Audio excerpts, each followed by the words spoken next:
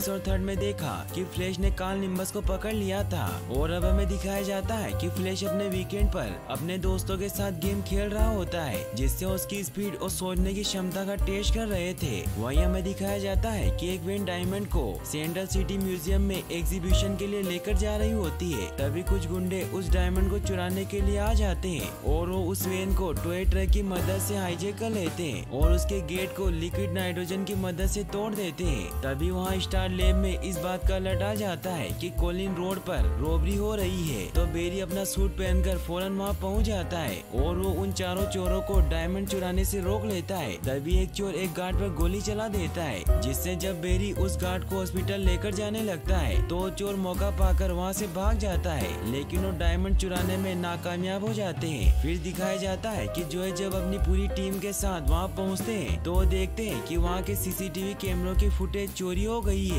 तभी बेरी भी वहाँ पहुँच जाता है। जो से पूछते हैं कि क्या तुमने यहाँ कुछ ऐसा देखा जिससे चोर का पता लगाया जा सके। तो बेरी उन्हें बताता है कि उन चोरों के बॉस का नकाब खुल गया था और मैंने उसका चेहरा देख लिया। तो जो पुलिस स्टेशन जाकर उसे सेंट्रल सिटी के मोस्ट वांटेड क्रिमिनल की बुक देते हैं। तो बेरी बहुत स्पीड में उस बुक में से उस चोर को पहचान लेता है, जिसका नाम लेनर्ड सनार्ड होता है। तो जो लेनर्ड के बारे में बेरी को बताते हैं कि लेनर्ड के पिता पुलिस में थे, लेकिन वो एक बुरा पुलिस वाला था जो बाद में जेल चला गया और उसका बेटा क्रिमिनल बन गया, जो 6 महीनों में सिर्फ एक बार चोरी करता है, जिसके लिए वो बहुत ही खतरनाक प्लान बनाता है और चोरी करने के बाद गायब हो जाता है। तभी आयरिस भी वहाँ आ जाती है, जो उनके लिए कॉफी लेकर आई होती है, लेकिन जो एडी की वजह से आयरिस से नाराज थे, इसीलिए आयरिस से बात नहीं करते। तो आयरिस बेरी को बताती है कि मैं ब्लॉग लिखना शुरू कर रही हूँ, जिससे मैं उन बातों के बारे में बताऊंगी जो शहर जानना चाहता है, जैसे उस लाइटिंग मैन स्टिक के बारे में, क्योंकि अब सिटी में सभी फ्लैश को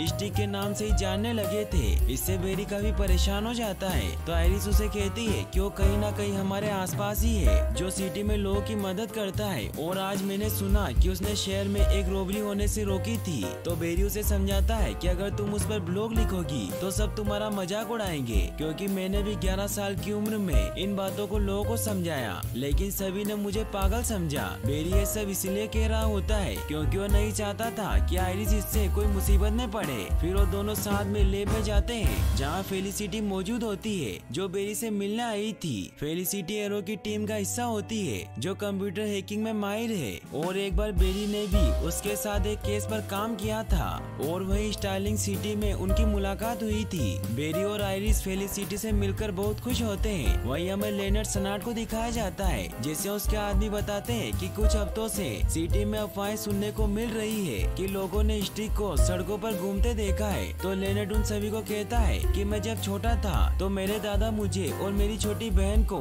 एक रेस्टोरेंट में खाना खिलाने के लिए लेकर जाते थे, जहाँ का खाना बकवास था, लेकिन वहाँ का व्यू कमाल का था, क्योंकि उस रेस्टोरेंट के सामने सेंट्रल सिटी का पुलिस स्टेशन था। और मैं अब भी वहाँ जाता हूँ और पुलिस रेडियो सुनकर पुलिस के रिस्पांस टाइम को चेक करता हूँ कि वो कितने टाइम पर चोरी वाली जगह पर पहुँचते हैं। फिर उन्हें ये भी बताता है कि जब मैंने उस डायमंड को चुराने का प्लान बनाया तो मेरी कैलकुलेशन के हिसाब से पुलिस को वहाँ आने में 182 सेकंड थे, इसीलिए कोई भी इससे कम टाइम में हमें नहीं रोक सकता था, लेकिन उस ब्लड स्ट्रीक ने हमें रोक दिया और तुमने घबराहट में एक गार्ड को गोली मार दी। लेकिन तुम्हें रूल पता है कि हम गार्ड को जब तक गोली नहीं मारते जब तक जरूरत ना हो। लेकिन वो गुंडा जिसने उस गार्ड को गोली मारी थी वो लेनर्ड को कहता है कि बाहर में जाओ तुम और तुम्हारा प्लान, मैं यहाँ से जा रहा हूँ। तो लेनर्ड गुस्से में उसे गोली मार देता है और वो सभी को कहता है कि अगर हमें इस ब्लर आदमी को रोकना है तो हमें अपना लेवल बढ़ाना होगा। वहीं फिर हमें फेलिसिटी और बेरी को दिखाया जाता है, जो साथ में पार्क में घूम रहे होते हैं। तभी बेरी फेलिसिटी से पूछता है कि तुम यहाँ क्या लेने आई हो। तो रिप्लाई में उसे कहती है कि मैं तो सिर्फ तुमसे मिलने आई हूँ, क्योंकि मुझे पता है कि तुम अब मेटा ह्यूमन बन गए हो। ये सुनकर बेरी बहुत शॉक्ड हो जाता है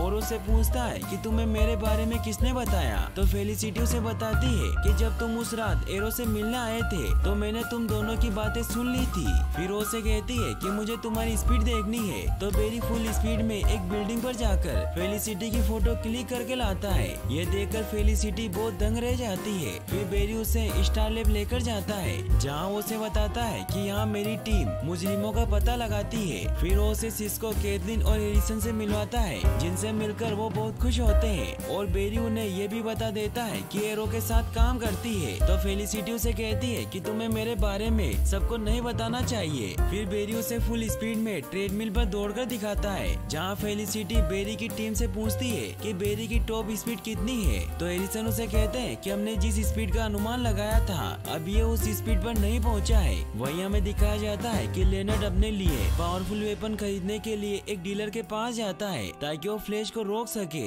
वो डीलर उसे बताता है कि मेरे पास मौजूद सारे वेपन बहुत ही पावरफुल है। तो लेनर्ड उसे कहता है कि मुझे ऐसी चीज चाहिए जो स्टिक को धीमा कर सकती है। तो डीलर उसे एक हाईटेक गन दिखाता है और उसे बताता है कि इसे स्टार लैब में बनाया गया था, जिसे हमने स्टार लैब में हुए हादसे के बाद चोरी कर लिया था। लेनर्ड को उस गन के साथ ग्लासेस भी मिलते हैं जिनकी मदद से उस गन के फ्लेयर को देखा जा सकता था। लेनर्ड उस डीलर से पूछता है कि ये गन काम कैसे करती है। तो उसे बताता है कि इसमें से बहुत ही ठंडी चीज निकलती है जो किसी भी चीज को बर्फ की तरह जमा सकती है। तो लेनर्ड उस गन से उस डीलर को ही मार देता है ताकि उस गन के बारे में किसी को कुछ पता न चले। वहीं आयरिस एडी, बेरी और फेलिसिटी को एक गेम खेलने के लिए लेकर जाती है क्योंकि उसे लगता है कि फेलिसिटी और बेरी एक दूसरे को पसंद करते हैं। इसीलिए जब फेलिसिटी कॉफी लेने के लिए जाती है तो आयरिस बेरी से कहती है कि फेलिसिटी बहुत ही खूबसूरत और समझदार लड़की है, इसीलिए वो तुम्हारे लिए परफेक्ट है। तो बेरी उसे कहता है कि वो सिर्फ मेरी एक अच्छी दोस्त है। वहीं हमें दिखाया जाता है कि सिस्को जब अपने बनाए हुए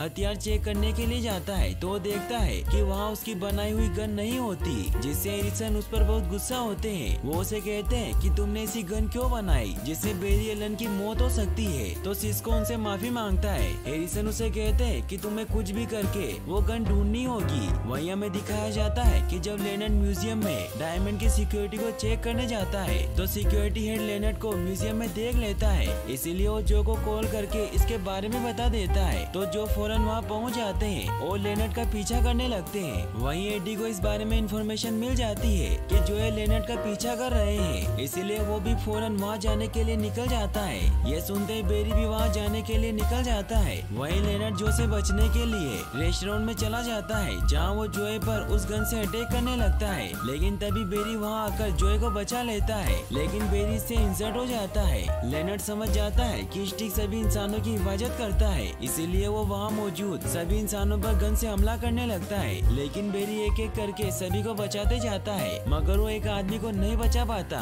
इससे बेरी काफी उदास हो जाता है और लेनर्ड वहाँ से बचकर निकल जाता है। बेरी जब स्टार लैब पहुँचता है तो कैरोलिन उसका इलाज करती है और उसे बताती है कि अगर तुम्हारा शरीर जल्दी ठीक नहीं होता तो तुम्हारी नसें कब की जम चुकी होती। फिर बेरी सभी को कहता है कि लेनर्ड मेटा ह्यूमन नहीं है, लेकिन उसके पास एक अजीब सी गन है जो सभी चीजों को जमा देती है। तो सिस्को ने बताता है कि वो गन मैंने बनाई थी और हैरिसन और कैथलीन का उसमें कोई रोल नहीं है। तो बेरी उससे पूछता है कि तुमने वो गन क्यों बनाई। तो सिस्को से कहता है कि स्पीड को कोल्ड रोक सकता है, इसीलिए वो गन मैंने तुम्हें रोकने के लिए बनाई थी क्योंकि मुझे उस वक्त नहीं पता था कि तुम असल में कैसे हो। तो बेरी उसे कहता है कि तुमने जैसा सोचा था मैं वैसा नहीं हूँ। तो कैथलीन बेरी को शांत करती है और उसे कहती है कि सिस्को ने ये सब तुम्हारी भलाई के लिए किया था। तो बेरी उसे कहता है कि वो मैं समझता हूँ, लेकिन तुमने मुझे इन सब के बारे में बताया क्यों नहीं। तुम्हारी वजह से एक इंसान की मौत हो गई। वहीं लेनर्ड अपने साथियों को कहता है कि आज रात हम म्यूजियम वापस जाकर वो डायमंड हासिल कर लेंगे। तो लेनर्ड के दोनों साथी उसे कहते हैं कि म्यूजियम को पुलिस ने घेर लिया है और वो स्टिक हमें नहीं छोड़ेगा। तो लेनर्ड उन्हें कहता है कि मैं स्टिक को रोक सकता हूँ और मैं उसकी कमजोरी भी जान गया हूँ। तो लेनर्ड के दोनों साथी लेनर्ड पर गन पॉइंट कर देते हैं और उसे कहते हैं कि हम तुम्हारा साथ नहीं देंगे, इसीलिए हम जिंदा यहाँ से जा रहे हैं क्योंकि तुम पागल हो गए हो। ये कहकर वो वहाँ से चले जाते हैं। वहीं बेरी काफी परेशान होता है, इसीलिए अपनी स्पीड बढ़ाने के लिए ट्रेडमिल पर दौड़ रहा होता है। तभी फेलिसिटी उसके पास आती है और उसे कहती है कि तुम्हें थोड़ा आराम कर लेना चाहिए। तो बेरी उसे कहता है कि मैं आराम नहीं कर सकता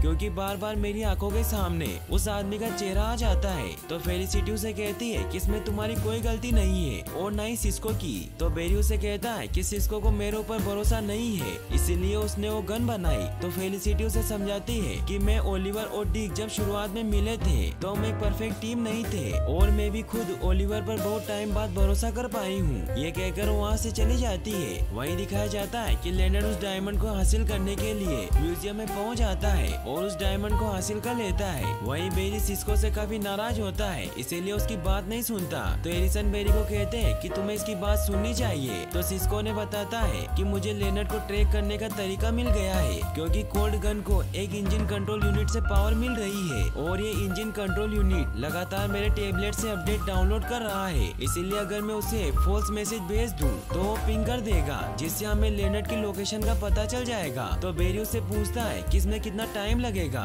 तो सिस्को से कहता है कि मैं आधे घंटे में सिटी के नेटवर्क को हैक कर लूंगा। तो फेलिसिटी उसे कहती है कि मुझे इसे हैक करने में 1 मिनट भी नहीं लगेगा, क्योंकि हैकिंग के मामले में मैं बहुत तेज इंसान हूँ। ये कहते ही वो कुछ ही सेकंड में सिटी के नेटवर्क को हैक कर लेती है, जिससे उसे पता चल जाता है कि लेनर्ड रेलवे स्टेशन की तरफ जा रहा है। तो एडिसन इससे समझ जाते हैं कि लेनर्ड ने डायमंड चुरा लिया है। तो बेरी भी अपना सूट पहन लेता है, लेकिन वो अपना एयरपीस बंद कर लेता है, क्योंकि वो सिस्को से बहुत गुस्सा था। इसीलिए वो नहीं चाहता था कि उनसे कोई बात करे। वहीं जोए और एडी भी लेनर्ड को पकड़ने के लिए रेलवे स्टेशन पहुंच जाते हैं, जहां जोए एडी को अंदर जाने से मना करते हैं, क्योंकि उन्हें डर था कि एडी को कुछ भी हो सकता है। इसीलिए वो अकेले ही लेनर्ड को रोकने जाते हैं। तभी अचानक लेनर्ड जो के सामने आ जाता है और वो जो पर अटैक करने लगता है, लेकिन तभी वहाँ एडी आकर उन्हें बचा लेता है। मगर लेनर्ड ट्रेन पकड़कर वहाँ से निकल जाता है। तभी फ्लैश भी वहाँ पहुँच जाता है और उस ट्रेन का पीछा करने लगता है। वहीं फेलिसिटी सिस्को और कैथलीन को कहती है कि तुम्हें बेरी के पीछे जाना चाहिए। तो कैथलीन उसे कहती है कि वो ये अकेला ही करना चाहता है। तो फेलिसिटी उन्हें समझाती है कि वो तो ऐसा ही बोलेगा क्योंकि वो तुमसे नाराज है, लेकिन तुम उसकी टीम हो, इसीलिए तुम ही उसकी मदद नहीं करोगे तो कौन करेगा। तो वो भी उसकी बात समझ आते हैं और सिस्को को एक आइडिया आता है। वहीं फ्लैश उस ट्रेन में पहुंच जाता है। तो लेनर्ड उसे कहता है कि तुम मुझे नहीं रोक सकते,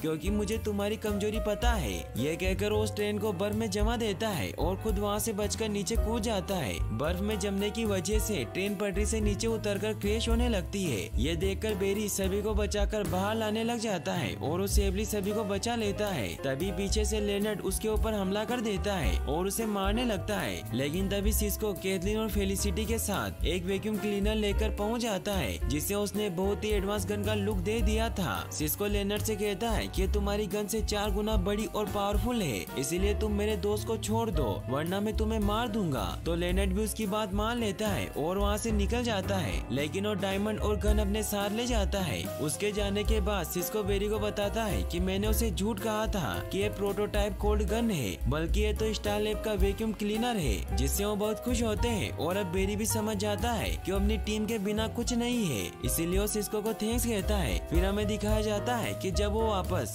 स्टार लैब आकर लेनर्ड को ट्रैक करने की कोशिश करते हैं, मगर वो उसे ट्रैक नहीं कर पाते क्योंकि उसने सिग्नल डिस्कनेक्ट कर दिया था। तो बेरी सिस्को को कहता है कि हम उसे मिलकर ढूंढ लेंगे। तभी फेलिसिटी भी वहाँ आ जाती है, जो सभी से कहती है कि अब मुझे स्टार्लिंग सिटी वापस जाना होगा। तो एरिसन उसे कहते हैं कि एरो को कहना कि हमने उसे याद किया है। तो फेलिसिटी वहाँ से निकल जाती है। वहीं दिखाया जाता है कि आइरिस अपने डेट से मिलने आती है, जहाँ जोए उसे बताते हैं कि जब हम लेनर्ड का पीछा कर रहे थे तो वो मुझे मारने वाला था, लेकिन एडी ने मेरी जान बचाई, जिससे वो समझ जाते हैं कि वो एडी को कुछ कम समझ रहे थे। इसीलिए अब वो एडी और आइरिस के रिश्ते के लिए मान जाते हैं। तो आइरिस भी अपने डेट से वादा करती है कि मैं आज से आपसे कोई भी बात नहीं छिपाऊंगी। फिर वो एडी से मिलती है। वहीं फ्लैश भी फेलिसिटी से गुड बाय कहने जाता है, जहाँ फेलिसिटी उसे कहती है कि मैं जानती हूँ कि तुम आइरिस को पसंद करते हो, लेकिन तुम उसे कभी कह नहीं पाए। तो बेरी उससे पूछता है कि तुम्हें कैसे पता। तो फेलिसिटी उसे कहती है कि तुम लगातार उसे देखते रहते हो। फिर बेरी उसे कहता है कि अगर तुम्हें कभी भी मेरी जरूरत हो तो मुझे याद करना।